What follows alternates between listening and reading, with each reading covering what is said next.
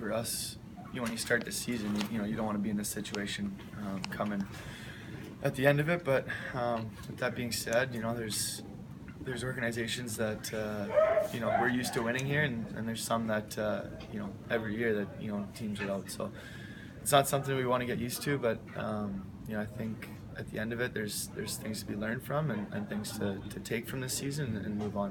Are you a believer that you should let that bad feeling linger for a bit, or move on quickly? Yeah, well, I think for us maybe it's a little bit different this year, just because I think back to when Mike Kaplan was a coach here, and we missed by points, and I think that maybe stings for a little bit longer.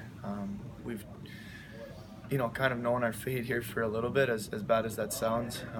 Guys have been able to talk about it. We've talked about it as an organization as well. So, I think maybe this one's a little bit quicker to move on than when you're battling in the playoffs or for a playoff spot, and you lose out last 2 weeks or something like that of the season.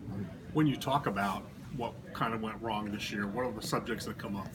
Yeah, there's a ton of different things that go into that, but I think for us it was just consistency. I was talking to Don Scott here just recently, and we were saying, it's one of those things. You look at Saturday night, the first period of that game is unbelievable. We take it to all over Bridgeport. And, you have games like that, and I think maybe for us being a young team, I look at our back end. I'm not sure if it's the youngest in the league, but it's got to be up there.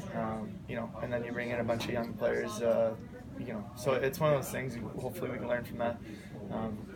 The young guys get better every year, and that's the best part about this league. Does this make you look forward more to next year now, obviously, when you have a sour taste in your mouth from this year? No, for sure. And, we've had some long seasons there, and that's obviously not an excuse, but it's definitely, guys can get a summer here, go back, take some time off, kind of hit the reset button a little bit for some guys. What do you see as your future here, or what are you looking at now for you?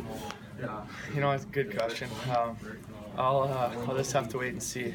Obviously, I've said before, this is home for me. I've been here a long time. We've got a house here. Both my daughters were born here.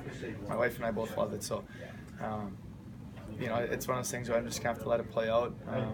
There's a lot of people a lot higher up than myself that are going to make those decisions, but we love it here. It's a great spot to play, and I've been so fortunate to be here for the past 7 seasons and parts of 9. Fans are familiar with the whole process for big NHL free agents. What's it like for the AHL to go through free agency? Yeah, last summer was, I guess, my first taste of that. I did have a couple other opportunities to take NHL contracts.